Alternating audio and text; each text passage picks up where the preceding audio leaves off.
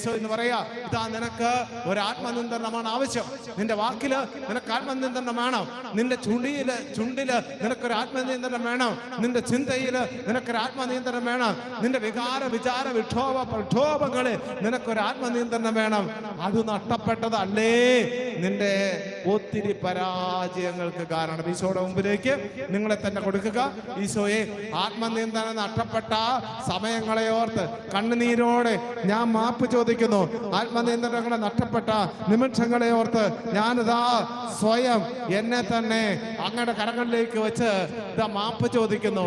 എൻ്റെ ഈശോയെ, ആത്മനിയന്ത്രണമില്ലായ്മ എൻ്റെ ജീവിതത്തെ തൂത്തെറിയുന്നുണ്ടല്ലോ, അതെന്റെ ജീവിതത്തിൽ നാശമായി മാറുന്നുണ്ടല്ലോ. കർത്താവേ, ആത്മനിയന്ത്രണത്തിന് ശക്തിയെ എന്നിലേക്ക് നിക്ഷേപിച്ച് എന്നില് വൻ കൃപ ചൊരിയണമേ എന്ന് പ്രാർത്ഥിക്കുക. രണ്ട് കരവുയർത്തി ഇങ്ങനെ പ്രാർത്ഥിച്ച്, കർത്താവായ ഈശോയേ,